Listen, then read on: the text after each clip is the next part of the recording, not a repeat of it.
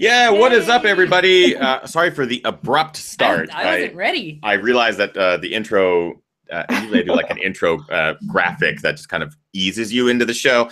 No, we're like, hey, we're live. So first of all, welcome, everybody. Thank you for taking the time out of your busy Tuesdays to join us on tonight's show. Our guest tonight kind of had an incredible year. Kind of. Let's be totally honest, probably one of the best years of any ultra runner this year. Like 2017 for our guest tonight has been, well, ups and downs, really. So we're going to talk to her all about the incredible highs, especially tonight. Lots of records. Let's just say a lot of records and wins. So it's awesome to have her on the show tonight. We will be joined by Camille Herron, and I can't wait to find out how this year went down for her. You can already hear her giggling in the background. I can already tell this is going to be an awesome show, because if she's giggling this early into the show and we all have beer tonight, it'll surely be a good one. But Camille just traveled back from a race this weekend, so we had to push the show from Monday to Tuesday. You guys have all been incredibly flexible with that. So tonight's live show is a day after when we normally do it, but totally worth it. I'm predicting it now.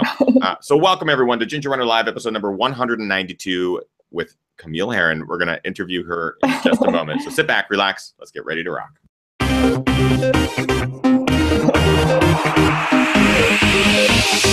Ginger Runner.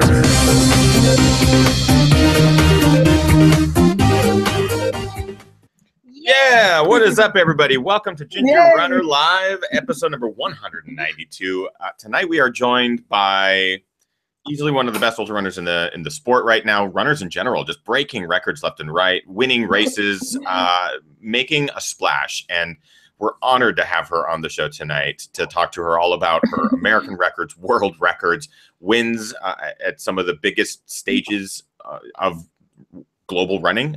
It's really awesome to have her on the show. Camille Herron will be joining us here in just a couple of seconds. You can already hear her in the background. I'm actually in the pre-show. But I love for those who are listening maybe in the podcast to just let you know that the guest is already with us right now listening as we do this introduction.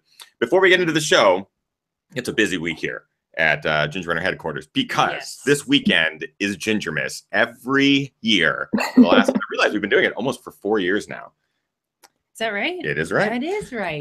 Every December, right in the middle of December, we do some sort of amazing giveaway for you, because you, the community, the viewers that have regularly come back to this channel week after week for live shows, for the reviews, for the films, and supported us in a myriad of ways. We love to give back. It's one of the best things. We love doing it, and this year, oh man, we've got some prizes to get back. So this weekend is Gingermas, and I'm going to talk a lot about what that means later in the show. And I'll talk about one specific thing here in just a couple of seconds because I'm really excited about it. So I always want to talk about it right up front. But so Gingermas will be talked about later in the show after our interview with Camille. So you'll find out more information about that. Big shout out to our Patreon supporters, our top tier supporters, especially Mr. Chris Lee from Hong Kong is doing an incredible thing over there, showcasing the trails that are within minutes of the city and helping trail runners there of all levels find these trails and find the community through Trailblazer. And we're going to talk to Chris at some point this month and find out, because they're doing the grand opening this month in Hong Kong, which will be really neat. So the website will be out there, and Facebook posts and all that sort of thing. We'll be able to share all of that with you here very, very soon. So big shout out to Chris Lee, Brian Sands, regular viewer of the show and top tier Patreon supporter as well. Ran his first marathon this year on October 8th, crushed it at the Chicago Marathon. Got into the Chicago next year, by the way. He's going back. He did, yeah. Which is pretty awesome. Also signed up for his first 50K, inspired by not only guests of the show, but the audience of the show and the viewers of the show, the community. He will be running his first 50K in 2018, so that's pretty awesome. A big shout out to Brian Sands for continuing to support and just being a rock star, making sure Ginger Runner Live happens week after week. And finally, a big shout out, and this is what I was excited about, to our top tier Patreon supporter, Rick Bjarnason from I keep wanting to say Vancouver, but it's British Columbia, Kelowna, British Columbia.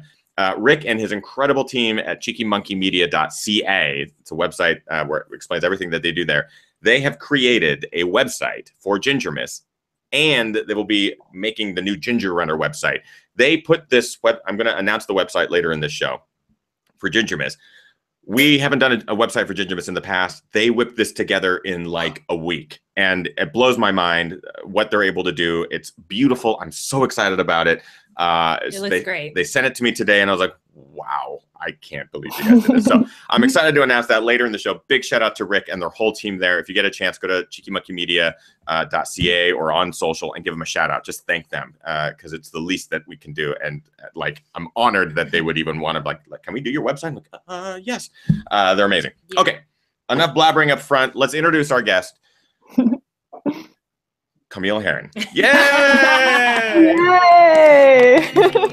Thank you for being patient. Sorry about the introduction, but how are you? Where are you coming to us from? I'm back in Oklahoma, so yeah, I appreciate you guys moving the show by one day because yeah, we were on a plane last night, so yeah, this is perfect. I reached out to Camille after this weekend, and we'll talk about this weekend's events, which man, I just can't even imagine. I was like, Camille, are you up to possibly jumping on the show? She's like, I'm on the plane. I was like, we're moving it. Whatever you need, we'll make it happen. So first of all, Camille, a huge congratulations. For those who maybe are tuning in, you broke a number of records just this weekend, and I just want to make sure that I shout those out. The 100, well, 2 weeks, or is it 4 weeks ago at Tunnel Hill? Yeah, it was 4 weeks ago, so I've had quite the month here. That's like an understatement. That's an understatement. So a 100-mile world record at Tunnel Hill 100. The American track 50-mile and 100K records were broken this weekend, as well as the world record 12-hour, which is, it's insane. Camille. Yay. All within a month. It's amazing. Yeah. So let's talk a little bit about this year for you. I know you have a long history of running both road and trail in the last couple of years. What was it about this year? Like, why did you choose this year to go after these big things? Or did the year kind of unfold month to month and your challenges and your goals change? Did they change, or did you come into this year with all of them laid out? Yeah. I think I went into the year like just wanting to mix it up on, different surfaces and distances. And, I had my big goals were basically to train for comrades in Western states. And so, I was, the end of 2016, I actually tore my hamstring. And so I only had like 5 weeks to train, and I ended up starting my year off at Bandera, and yeah, so I was just trying to get myself healthy and back training well again, and I got myself going again, and ran really well at Tarawera. I won the 102K there, and over a competitive field. But yeah, I mean, I've had some really incredible highs and some really incredible lows too. So yeah. I want to talk about that first high. So for those unfamiliar, Camille won the Tarawera 102K, which was your first Ultra Trail World Tour win. What was that like? Because that's fairly early in the year. So what was that like to start the year with such a huge accomplishment? Did that set the stage for the rest of the year, or were you like, this is it? This is the big win. Now I can just like cool off and chill for the rest of the year? Yeah. I mean, it was definitely a huge high for me. I have such great respect for Magdalena and the other women in that race. And, it's really cool to get to race them for the first time. And so, yeah, I felt like, I was finally getting myself healthy and fit again. And, to win that race was, really a huge stepping stone for me. But then a month later, I went to the Chuckanut 50K, and it poured rain like the whole night, and I ended up tearing my MCL. And you did? Oof. Holy crap! I didn't know that. Yeah. It was pretty bad. I mean, my knee was just swollen like a small football, and I ended up limping to the finish line and made it. And this is 10 weeks before Comrades, and so here I just gotten myself healthy and back training again, and then I was back in the gutter basically. So yeah, I just had to work with my medical team, and I think my build up to Comrades is probably the hardest struggle in my running career. I mean, it just seemed impossible, trying to overcome my knee injury and Yeah, and I really got to give credit to my husband, because every single day, you know, he was just there, you know, trying to cheer me up and, you know, believe in me. And yeah, and I mean, we just took it a day at a time. And yeah, it was pretty crazy I had to take 2 weeks off for my knee injury, and then I had 8 weeks to build towards comrades. And so we just had to make every day count and really just take it a day at a time. So yeah, and I want to let everyone know that as much as you say you limped to the finish, that was still 4th place, which is like, you know, anyone else would be last place if they're lucky. Right. And so, I mean, that's a pretty amazing accomplishment. I want to remind everyone, of course, Kim. Yeah, I'll be in the chat room as always, you guys. And I did mention in the chat room, I am without my laptop again, so I'm going off my phone today. So if you're asking questions and I'm not pulling them, just please ask them again, because the chat room tends to move quite quickly. So I have no capabilities of pulling them out like I normally do. So. Yeah, especially tonight. The chat room's moving pretty steadily. You have a question pulled aside. Let's go ahead and prove that we are live. There's a question from Jared in the chat room. Question for Camille. Do you have the freedom to race as you please? Or do you have sponsors requesting you go do certain events? It's a good question. Yeah, you know, my husband and I, fortunately, you know, we definitely have the freedom to pick and choose, you know, whatever my goals are and whatever suits with the year. And, you know, ultimately, like, I mean, I'd like to have, you know, maybe 3 or 4 really big goals for the year, and then, you know, just kind of fill in other races around those. And but yeah, I mean, you know, it's pretty crazy, because I'm jumping around on different surfaces and distances, and you know, for me that just keeps it really fun. And you know, it's pretty crazy now that I've done a track ultra, and I mean, that was really mind-boggling. Yeah, it's like, well, first of all, you're fairly new to the trail scene. Like, I know that you've only been running at least competitively in the trail side of things for a couple of years now, so it's neat to see you kind of even diversify further into the trail scene and find different disciplines that you like. What brought you into the trail scene initially? Like, what was the big draw for you? Yeah. You know, I ran my first 100K 2.5 years ago at the Mad City 100K, and you know, coming from a marathon background, I mean, it just kind of made more sense for me to start with road ultras. And I really had no idea that trail running was, you know, such a big deal in America. And so, you know, here I had success on the roads, and everybody's like, oh, you should do the trails now, you know. And you know, as a kid, I mean, my favorite love was always cross country. In fact, I wasn't even enrolled in track in high school, starting out in high school. And so I was a cross country runner, and I had a lot of success with that. And then eventually my coaches were like, okay, you gotta enroll in track too. So so for me, getting into trail running, I mean, it really just kind of brought back that kid in me, and you know, remembering what it was like for my body to flow with the natural terrain. But yeah, my first trail race was at Lake Sonoma, and unfortunately, I had a really, really bad injury there. I tore about 90% of my left hamstring tendon. And yeah, you know, here I'd had such a great year in 2015, and you know, to start the year with a really serious injury, you know, it was very emotional.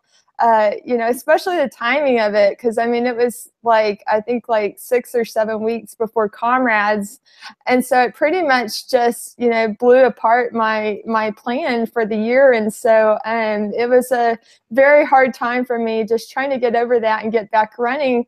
But I would say probably the turning point for me was I ended up getting myself healthy and back racing, and I went to run the White River 50 miler.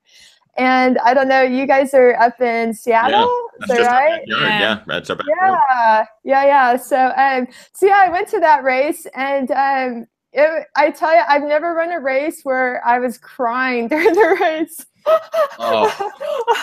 It was so, I wasn't crying because I was sad, I was crying because I was happy, and it was so beautiful. I mean, there was one point I remember where we were up really high, and it was like we were above the clouds.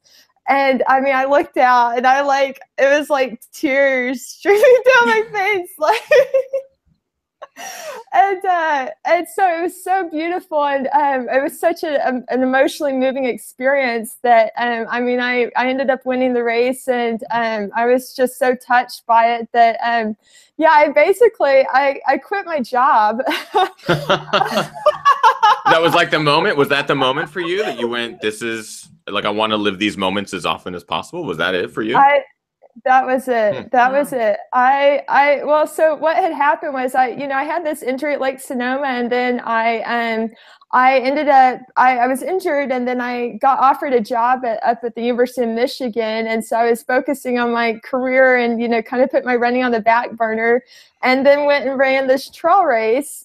And my husband had moved up to Michigan, and we were kind of living apart and stuff. And anyways, I was coming back on the plane, and I'm crying, and I'm like, oh, this was like the best thing of my life. Like, and so yeah, I talked to my husband, and I told him it just felt right. It just felt right that I needed to focus on my running. And it was a really hard decision for me at the time. And I had a period there where I had to kind of deal with it, and like cope with what the decision I was making with my life. And but yeah, that's how I became a trail runner.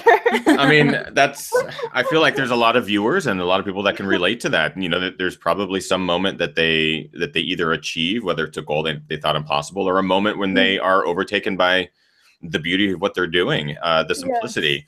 Yes. Everyone has some sort of draw to the sport. I'm really curious now, before we get into like what happened at Western States or Comrades, because I know those are two vastly different experiences, but still pretty important to talk about as we lead up to Desert Solstice. You just mentioned the MCL injury plus the hamstring injury. How did you manage to come back from those injuries? Because I know that the MCL is not as bad as the ACL, but it's still pretty bad, and the hamstring can definitely be a plague for a long time. How did you come back from those injuries? Like, how were you able to come back so competitively too? Yeah, it's pretty crazy. And I actually did my master's thesis on enhancing bone recovery. And so, I mean, I have a lot of knowledge myself about the human body, and I've had injuries in the past, and just being able to understand what my body's going through. But yeah, I mean, I got to give credit. I have an amazing medical team here in Oklahoma, and between my physical therapist and my chiropractor and my physician and we just work together, and they understand, that I'm not the typical athlete, that, I've got these big goals, and we're just trying to progress my health and fitness, and, hope that I could do it. And I mean, I feel really grateful that we were able to pull it off. So yeah, it was pretty amazing. Well, I mean, you did pull it off, because not long after Tarawera, which was not long after Chuckanut, you destroyed Comrades. Like, Comrades race, you won you became the champion, and that race is incredibly competitive. Both men and women's fields are always competitive. What was that like for you? Did you feel, I guess it's kind of a two-parter. Did you feel prepared going into it? Did you think that was a result that could potentially happen, especially coming off of that injury? And then when it did occur, how was that for you to maybe prove to yourself that you were able to overcome? Yeah. I like I said, my husband, I gotta give credit to him, because every single day was like the hardest day of my life building up to that race. And I mean, I probably cried like every other day, because I mean, I literally went from the first day when I started back, like I could only run about 50 meters until my knee would give out. And so I just had to start back like with the run walk thing. And then, so I just kind of took it a day at a time. And within like a month, I think my longest training run was like 20 miles. Wow. Wow. Yeah, it was really, really incredible. And, to think that, I had such a condensed buildup. My husband's off to the side here. He says I have the world's best coach. Yeah, there's, no shame in saying that, I guess. Yeah. And I'm Irish too. He says says he's Irish. That's pretty funny. Yeah, but you know, we hadn't booked our plane tickets to the race until 3 weeks before, or no, not 3 weeks, 2 weeks before. I did a like my final like big workout that was kind of the make it or break it deal, you know, whether I was going to the race. And I mean, I just crushed it. I just crushed my workout, and I was running it by heart rate. So I was running within, you know, what I was capable of. And I mean, I was probably, you know, maybe 10 to 15 seconds per mile off of what I would be in peak shape. So I was probably about like maybe about 80% fitness. And so right after that workout was when Connor booked the plane tickets, and so then we literally flew a week later, and you know, and I tell people that, like, you know, maybe I wasn't the fittest or the healthiest, you know, for this race, but I tell people that I basically won the race with my heart. And I mean, it really just took all of me. And it was such an emotional, I felt like it was a very emotional race and performance for me. And, you know, I was thinking about what I had overcome with my knee, and, you know, and I can't imagine, you know, it would have been great to have a perfect buildup, but sometimes that doesn't happen. And, you know, and it was a very special win for me. And, yeah. Thank you. Do you think it was the imperfect buildup that perhaps allowed you to do that? Like, a part of me, I'm looking at a big picture here, and I'll talk to another part of this in a moment here, but maybe the downtime was helpful, and maybe you were able to go into this race fresher than if you had trained through it. I mean, I don't know. Obviously, your coach is next to you, so you can probably answer that too. But did you feel like maybe the imperfect buildup was almost the perfect buildup? I mean, obviously you won, so the result proves. Yeah, I mean, that's a great point. Yeah, in fact, I was talking to the girl that got fourth, and she had a stress fracture in her foot, and so she had an imperfect buildup too. And so, you know, we were both talking after the race. You know, we're watching all the other women, you know, putting in these like 40-mile training runs, and you know, the furthest I went was 20 miles, and you know, maybe I did go into it fresher than, you know, I would normally be. But yeah, I felt like there was so much emotion behind the performance, and wanting to prove myself, and, you know, all the work every single day was just so hard, and I worked so hard to come back. And 2 years ago. Oh yeah, and the other, my husband's pointing out, 3 years ago, I forgot to mention, I ran Comrades 3 years ago, which was supposed to be my first Comrades, and I ended up collapsing at 83K, and I had gotten a stomach virus and had a fever like maybe a day and a half before. And so I tried to run the race, and I had GI issues, and I was in fourth place for pretty much the whole race, and I'm literally gutting it out, like my guts are literally like putting it all out there. And so I collapsed at 83K, and I ended up in the emergency room, and I had like lost my memory and everything because I had a concussion. So, you know, just between the knee injury and then trying to prove myself after that, I mean, I felt like there was a lot of, you know, I really wanted to get redemption there. So that's, I mean, we talk a lot about this on the show, a why, you know, when you run ultras, especially, it's important to have that why. Like, why are you doing this? Because you're going to reach those inevitable lows where your body's going to fight you, your mind's going to fight you. But if you have that why, it helps. It seems like you had a number of whys, some pretty extreme whys. It was really impressive to follow from afar. Obviously, we have limited access to what we can watch live at Comrades here, but they have a great like website where you can track all the athletes and stuff like that. So that was really fun to watch and follow live. We are live as well. So Kim has already pulled aside a couple of questions here. Let's get to some of those. Go for it. Yeah, a question from Chuck Vaughn in the chat room. Camille, have you found the mental game harder in road or trail ultras? I think that road, well, I don't know. I think they're both kind of challenging in their own ways. I feel like road is really, really hard because it's painful. The speed. I think that people, the trails are hard in their own way, but the road is really, really hard just from the speed perspective, and it hurts. I like, I hadn't run a road ultra in like a year and a half, and then I go and do comrades. And I mean, it hurt. It really, really hurt. And I had to run through a lot more pain, like physical pain. And so, yeah, that was hard. But yeah, I mean, I think trail running is like you fall down and you get back up, and you fall down and you get back up. So it's kind of fun. I kind of have to laugh almost at trail running because it's like, I'm falling like over and over and over again. And I'm like, this is kind of ridiculous at some point. We, again, are live and we have live questions. So Kim has another one. Go for it. Yeah, a question from Kimosabi75. Camille, do you race every race, or have you just run in a race? So are you out there trying to race to win every race you run? Yeah, or do you use races as training? Because we've talked about that recently too.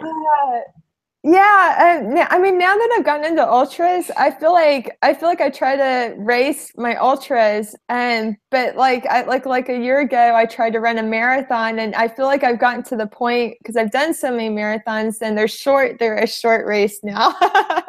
Right. It's like now I can run a marathon almost as a training run, as a building block to an ultra. So yeah. I want to remind everyone, of course, that we are live. If you have questions for Camille while we're interviewing her here, drop them into the chat room. The chat room is on the YouTube page here, unless you're watching it on the website, but jump into the YouTube chat room. There's a great community here. And if you have a question for Camille, drop it in there. Kim will try to pull it aside as we interview her. So the transition now, you talked about highs and lows this year. You go from comrades, which sounds like it was an incredible high with redemption and proving yourself that your body can do this. And then Western States, in my mind, that back-to-back is, I always am like so impressed by anyone, male or female, that can do that back-to-back, because they're pretty close and they're big races. Yeah. It definitely takes its toll. What happened at Western States this year? Because it doesn't sound like it was pain-free. No, definitely not. I think that a lot of people were probably questioning, my ability to recover between those races. And I felt like, because I made a career from running back-to-back marathons.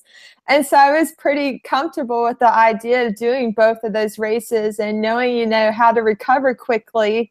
So I actually felt really, really good going into Western States. Like I tend to feel better on the second race than the first race. And so I think that comrades kind of built up my fitness almost going into Western States.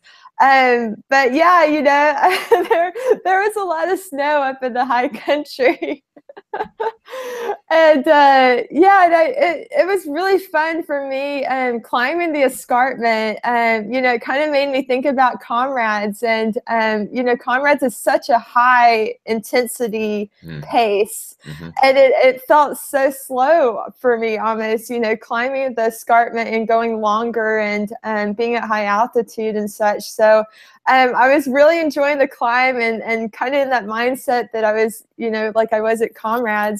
And then we hit the snow, and it was like my legs literally came out from under me, right at the top of the escarpment.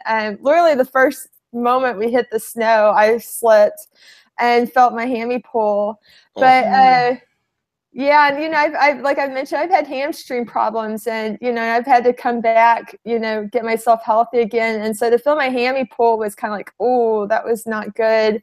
But yeah, the real turning point though was about 5.5 miles into the start of the race, and the only reason why I know this is because of my GPS data. Oh man. Yeah. So we were going. I think we were going like down a snow embankment, and I literally, it was kind of like crooked, and I like slid down the snow embankment and went right into a tree, and hit my head, and And so I just remember it literally felt like I was like floating, like my body was, I like wasn't part of my body. And I was trying to get back up the snow embankment to get back on course. And I just felt like I was running almost like in slow motion, like I was drunk or something. And I kept falling repeatedly. And so I didn't realize that I had had a concussion. And, being that little voice in my head is telling me, keep going. But, Sure, I'm yeah. just I'm kind of like, whoa, and so I made it to, I think I made it to 10 miles, and I tried to tell somebody, hey, I don't think I'm all there. Like, I don't know if I should keep going, and so they were like, oh, try to keep going. They're trying to, encourage us to keep going. And there was medical at 15. So I tried to keep going, and I slid down another snow embankment into a tree, and I hit my ribs. And then, and it was literally like going, I mean, I think it took like, I don't know, 2.5 hours to go 10 miles or something like that. So I was not moving very quickly. And I just wasn't all there. I mean, I don't know if you've ever had a concussion, but it's kind of the weirdest experience of like, I just felt like I was floating on my body and like not really in control of it. But that I have to laugh because there's some really beautiful pictures of me. And I feel like I got this like big dopey smile on my face, and and I'm just kind of running I'm still like really happy, and I'm still moving forward. But once I got to 15, a lady was like, yeah, I don't think you're all there. So yeah, I mean, I felt like, okay, it's just not my day. Yeah. I mean, like in my mind, I'm also picturing the giant NFL tents that they flip over to check to see if you have a concussion. But what was the protocol as far as determining your injury at an aid station? I know that States does an incredible job of taking care of everybody, but when you roll in there, are you telling them what happened and they're assessing you on site, or do they have to take you off site to assess? Yeah, well, I mean, I had started feeling like head and neck pain, and I was feeling paralysis in my hands, and I couldn't squeeze my bottles like it. And so, I mean, it was kind of like, I was trying to like open my gels and squeeze my bottles, and I wasn't fully conscious to realize what had happened. And it was just kind of a weird feeling of like not being all there, but trying to keep moving. And like, yeah, it was just really strange. But yeah, the month after was when I realized I really did have a concussion, and I had a lot of nausea and head and neck pain. And so one of my friends, her husband's a neurologist. And so she was really concerned about me. Like, she's like, if your symptoms keep getting worse, you really need to go get it checked out. I hope nothing worse is wrong. But yeah, I mean, it probably took like about a month for me to get over the head and neck pain. And, for me to even run for that month after, I mean, it felt like my head was jiggling when I ran, and it would just make me sick, like nauseous sick. So it's like vertigo or something. So. We are getting great questions from the live chat room. So let's get to some of those. Yeah. Speaking of Western States, W. Wu in the chat room asks, are you aiming for a golden ticket to run Western States next year? Yeah, definitely. I'd still like to achieve my big goal of trying to win comrades in Western States. And Ann Trayson did it, and I feel like it's possible, and I feel like that would be the ultimate goal to go after. And I mean, kind of like I did with comrades this year. I got redemption on comrades and what happened to me 3 years ago, and so I mean. Ironically, Ann Trayson DNF'd her first 2 Western States. Well, actually, she DNF'd her first 2 Western States and her first comrades. So we've both had like really similar type of careers, and and I can only imagine how much that motivated her. Oh yeah, an absolute legend in the sport too. Have you had a chance to talk to her or meet her? Yeah, I mean, we've messaged a few times with each other. I kind of met her. She was at Lake Sonoma for a bit, but yeah, I haven't really gotten to really chat too much with her in person. But I know that we probably have a lot to talk about. We've had we've had some similar experiences and such. But yeah, she sent me a nice message last summer. Saying that she realizes, how much motivation I'm going to have behind trying to, get redemption at Western States. So, Sure. Yeah. That's great. I think we should move on to talk about what's happened in the last month, because these are like, obviously they're very recent, but they're some of the big accomplishments. So after States, you hit your head, you have a concussion. You just mentioned that it took you a month really before you could even feel like you could run again. Yeah. Did you have your sights set on these records? I want to remind everyone again, the 100-mile world record at Tunnel Hill 100, the American track 50-mile and 100K records were just broken this weekend at Desert Solstice, as well as the world record for 12 hours. Did you have after States, did you have your mindset on breaking specific records, or was it, I'm going to go to Tunnel Hill and I want to win? Like, what was your mindset going into this fall season? Because it feels legit, like you really went for the records. Yeah, I had my Western States experience, and then I went to Leadville trying to get redemption there, and I somehow like knocked my hip out of whack, and ended up having like what ended up being like sciatica issues going down my leg. So my comeback just hadn't quite started yet, and so I ended up having to drop out there, and I'm like, oh gosh, darn it, I'm trying to nail that 100 miles. So I mean, going into this fall, I was just trying to work with my medical team again to get me healthy and back training. But I tell you, I started feeling really, really good. Like, I started training again in September, and got going and doing workouts in October. And we were kind of on an international tour for 3 weeks in October. And we were getting ready to fly back from Ireland. And I had remembered Tunnel Hill because of Tracy Falbo had run it. And so I was Googling on my phone, and I saw that it was coming up in like a week and a half. And what really caught my eye was the fact that it was a USATF certified trail course. Okay. And I kind of went, wow, that's a surprise, cool. right? Yeah, because isn't it just like mostly gravel or like really fine? Yeah. So it's a Rails to Trails crushed limestone course. And I mean, I'd never seen a USATF certified trail course before. And so that was kind of like, wow, that would be kind of cool, to go for like the fastest time on trail. And then it's also certified as a road course. And so it was kind of like, okay, well, I could kill two birds with one stone.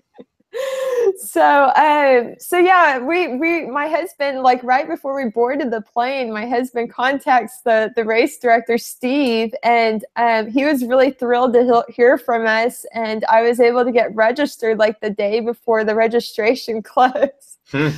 So, and I was feeling good, and if I'm feeling good, why not try to like go for a fast time? So yeah, so we had to make sure, it had everything in place to be a legit world record. So yeah, we were fortunate to be able to work with Steve and his timer and make sure we had everything that was needed. So yeah.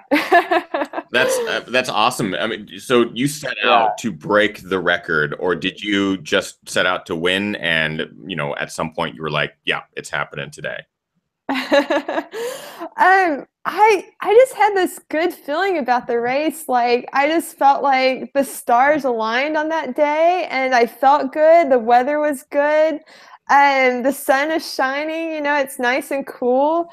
And I knew, so the way I judged like my effort to give, was Zach Bitter had run 11:40 and for 50 or 11:40 for 100 miles. And I'd raced against him in a 50 miler 2 years ago at the fall 50, and I was like 21 minutes behind him for 50 miles. So I figured, well, maybe I would be, 40 to 50 miles slower than his time for 100 miles.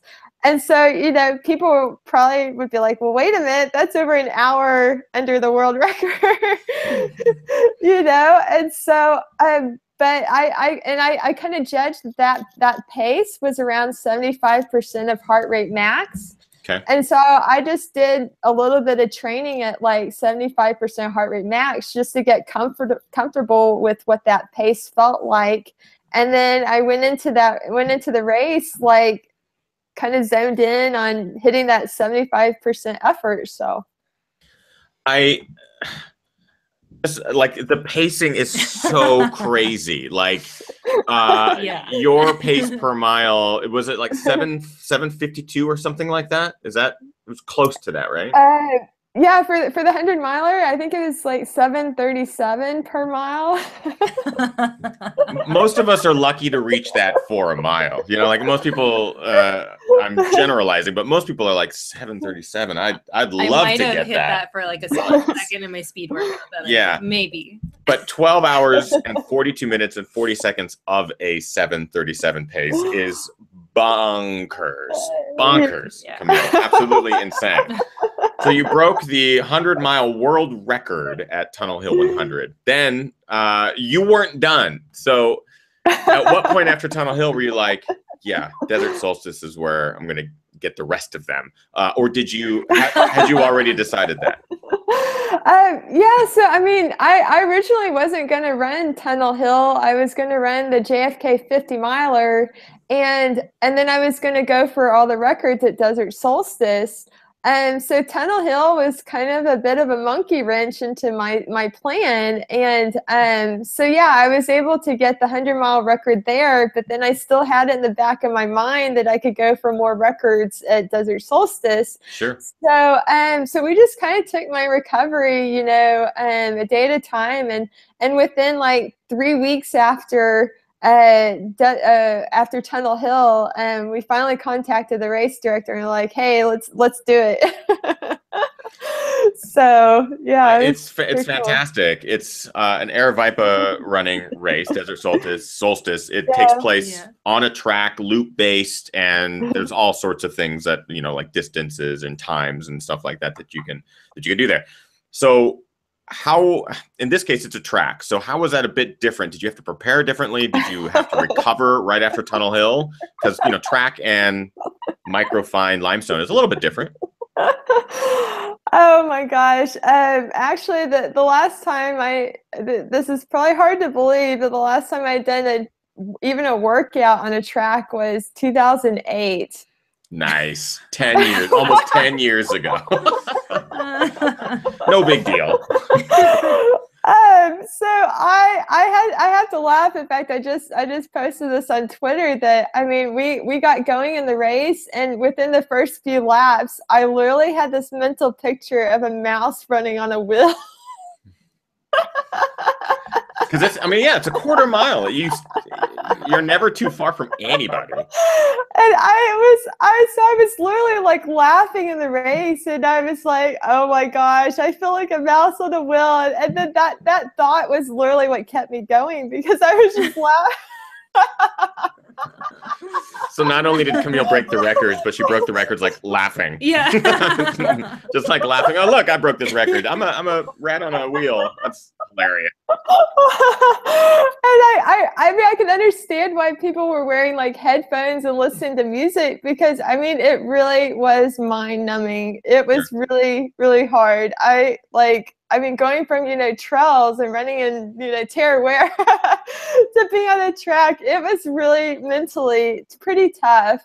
And I had to play tricks with my mind to be able to concentrate and, concentrate on that 75% effort that I was aiming for. And so I like, I don't even know. I try to smile. I smile a lot in my races. But then once it got really hot in the middle of the afternoon, it's like my smile turned to a grimace. And there's like a lot of photographers, and being in one place, like you're there and you're exposed, and you're like, if you have to go to the restroom, like there's no going off into the bushes, like you gotta go to the porta john, and so like all of it just seemed like really strange, and just trying to mentally wrap my head around all of it, and I don't know how I did that now. I'm like, I don't even know. It's really crazy. I mean, we've done one loop-based race, a 12-hour loop-based race. It was like It was a trail, but so you were able to kind of get lost in the woods a little bit. Or hide. Yeah. But I mean, a track you're absolutely right. It's a completely different beast. There are stadium lights. You see everything. You see one end to the other. Naked. Like you're just there and everybody can just there and everyone can stare at you. And I can't imagine, because we turned our minds off during the 12-hour, because you're doing a loop for 12 hours. I can't imagine how far you have to turn your mind off for a track-based event like this, especially for, 12 hours is where the last record that you got, but I know that there are 24-hour people that are running 24 hours, and people that are running at different races of very similar caliber, 6 days, 7 days out there. It's insane. I want to remind everyone, we, of course, are live. We have live questions. I've been not neglecting, but I've just been having such a joy talking to Camille. So, Kim, what do we got? Yeah, there's a few questions. Because the chat room is moving so quickly, I have them in my mind. So I'm not really sure who asked them. I know Wing recently asked one. There's people asking, do you follow any specific special diet? And people also want to know what your race nutrition looks like. Oh my gosh. I was chronicling my diet leading up to the 12-hour race. I ate at the Waffle House. I had chocolate chip pancakes. I went to Taco Bell. I ate at Subway.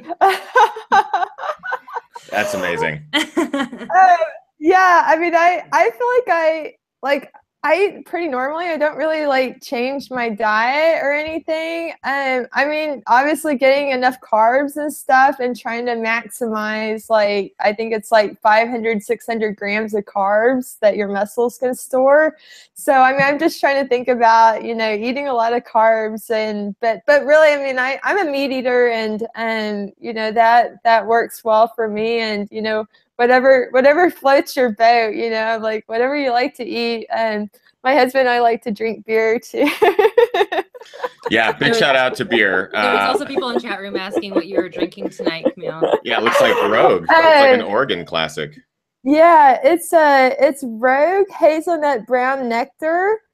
So my husband and I got married up in Oregon, and we used to go to the Rogue Brewery to drink and have beer there, and so yeah, this is actually the beer that we drank right after we got married up there, and so it's definitely. Oh, there's my husband. What's he drinking? Nice.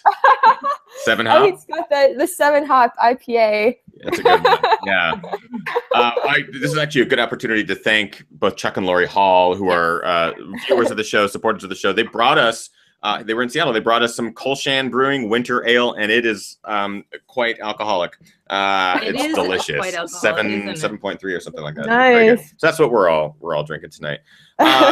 There's a couple questions here in the chat room, and some people were talking a little bit about it. But what did you do in your mind to help you get through all of those track loops? Was there something that you were able to focus on that allowed you to just kind of forget what you were doing?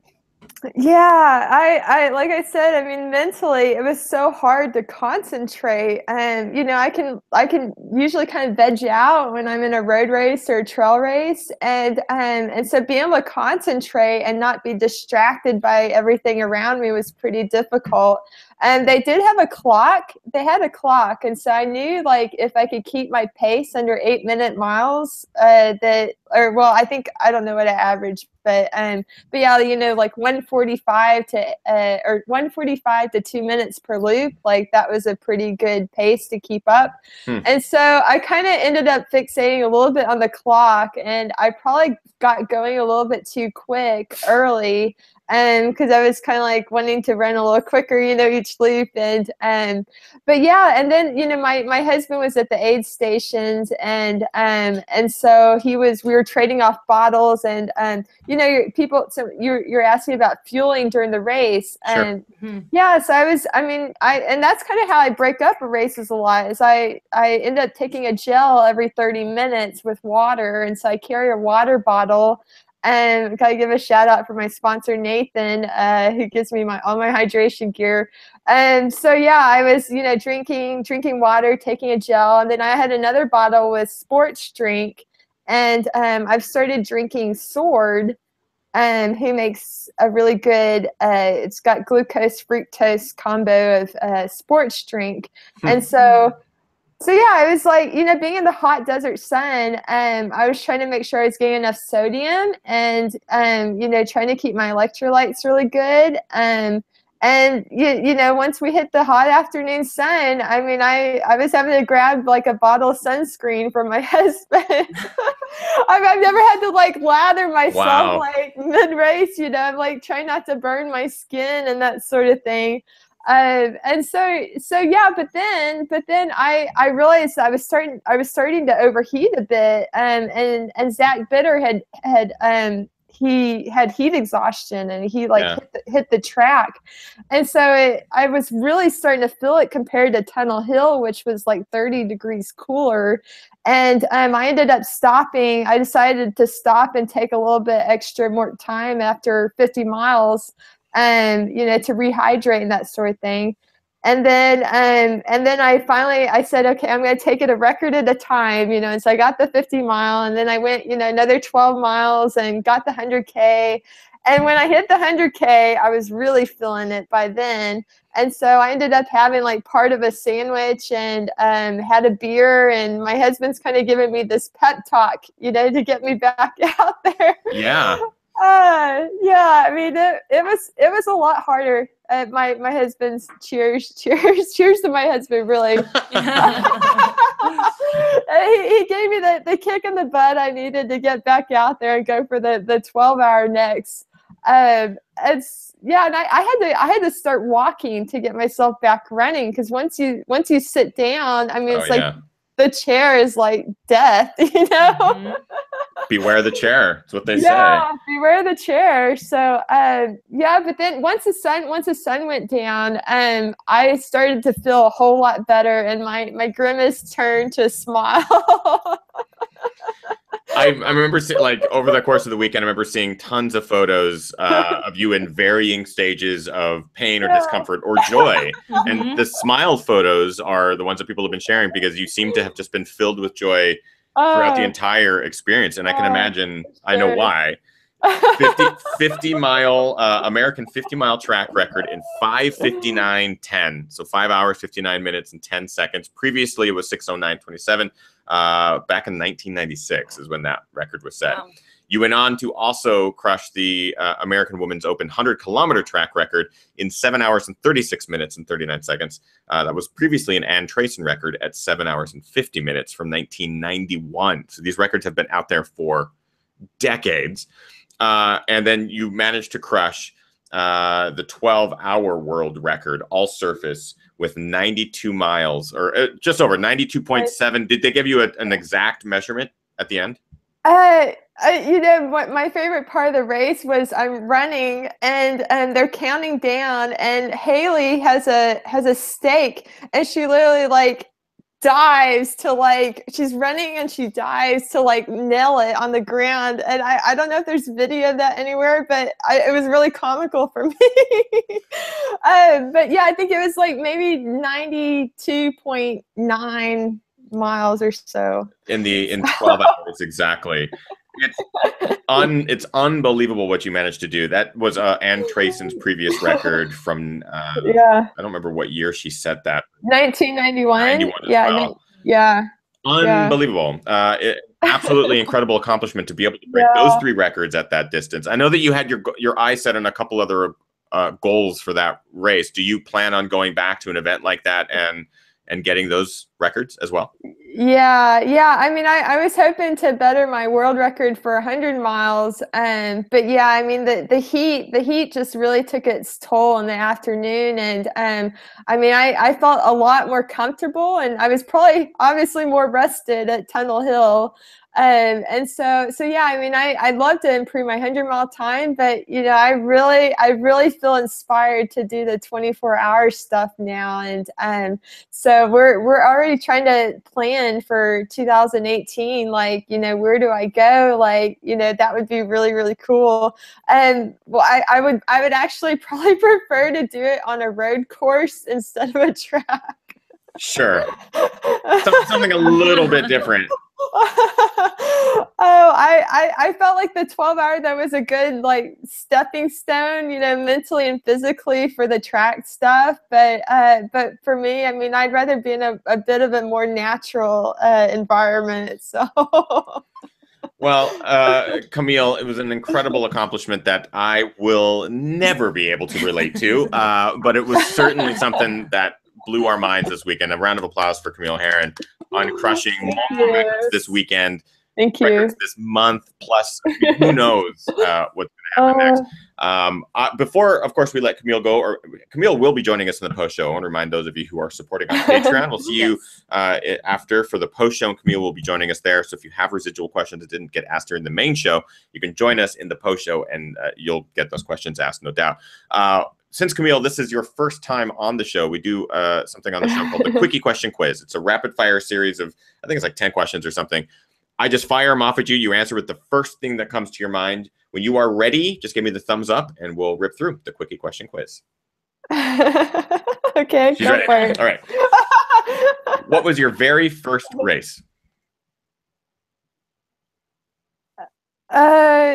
Probably in the 4th grade, we had to race the mile in PE. It's like the Presidential Physical Fitness Mile. I remember those. Yeah. I was really bummed because they didn't let us race the boys, and they kept the girls and the boys separate. And I really wanted to race the boys, and I ended up being the fastest girl, and I was like comparing my times to all the boys, and I really wanted to race them. So that's pretty awesome. You should go back to junior high and race them again, or fourth grade. Yeah, go back to 4th grade and crush them. Favorite place to run currently? Favorite place to run? Oh, you know, we just got back from Ireland in October, and we went to the Cliffs of Moher. And I don't know if you've been to Ireland, but if you do, you got to go to the Cliffs of Moher because it is amazing. It is really cool. Yeah. Awesome. Road or trails?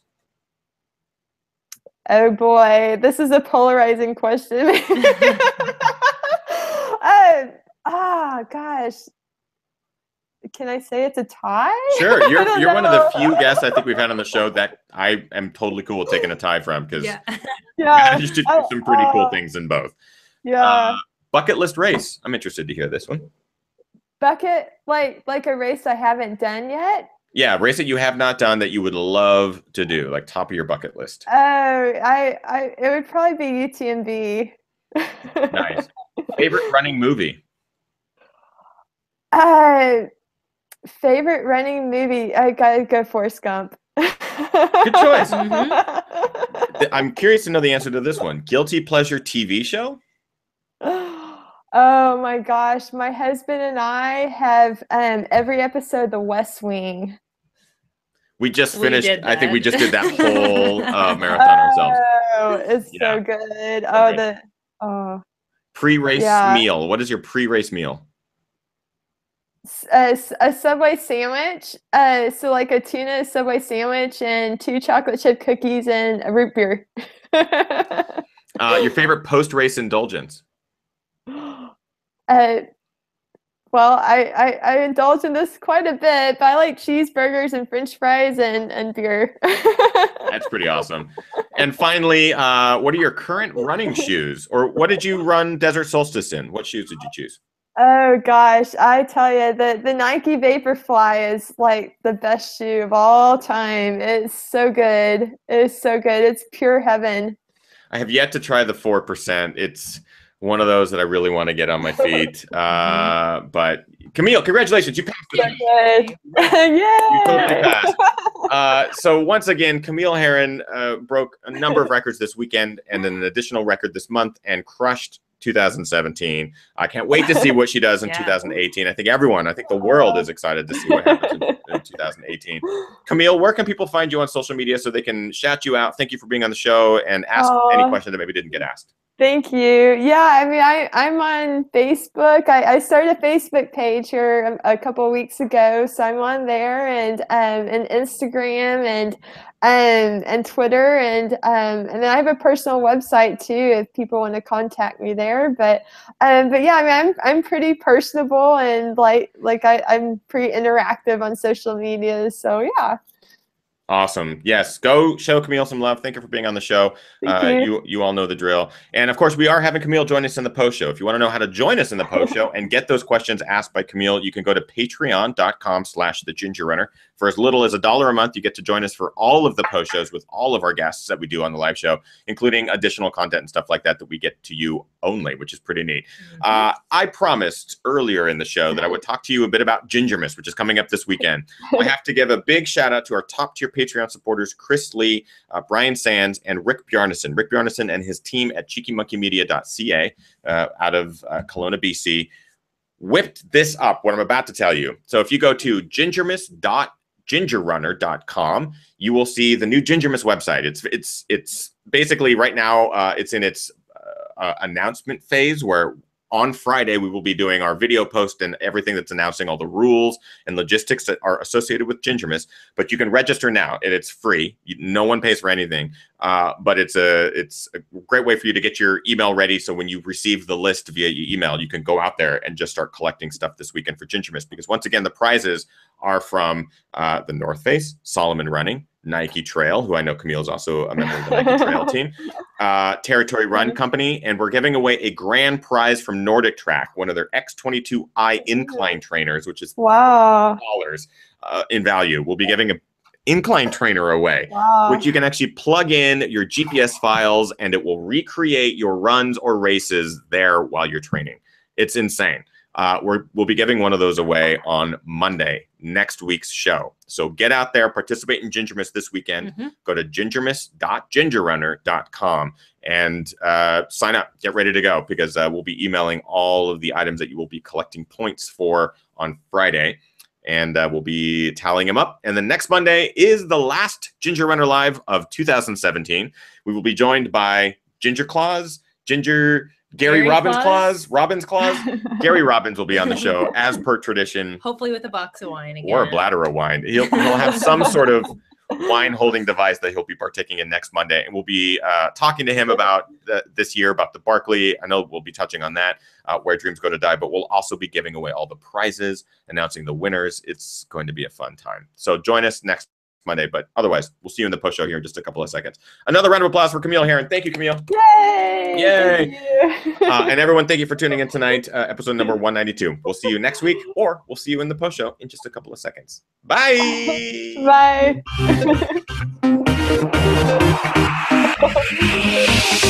Ginger Runner.